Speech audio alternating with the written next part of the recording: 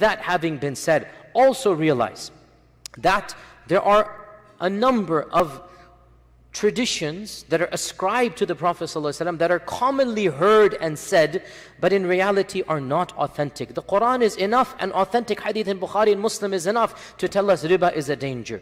We have to be careful we don't narrate a hadith that have no basis or are very weak, and of them is the one that is commonly told by the people. There are 72 categories of riba. The least of them is like committing zina openly with your mother. وَالْعِيَاذُ بِاللَّهِ. Ibn al-Jawzi, in his famous book about weak hadith, he mentions a number of these hadith that doing riba is worse than this and worse than that. He mentions a number of them, and he says all of these are weak or fabricated. And he then says, how can taking the slightest amount of riba, a'udhu billah, be equal to having zina with your mother? It's not even logical. And he goes that zina, it breaks up families and creates children that are illegal and this and that, are illegitimate. Whereas riba, the harm is to yourself. Whereas zina, the harm is to society. How can the two be the same? And the famous scholar Al-Muallimi, he commented, these ahadith are not from the Prophet ﷺ. And the scholar Ibn Jibreen, one of our teachers, he said,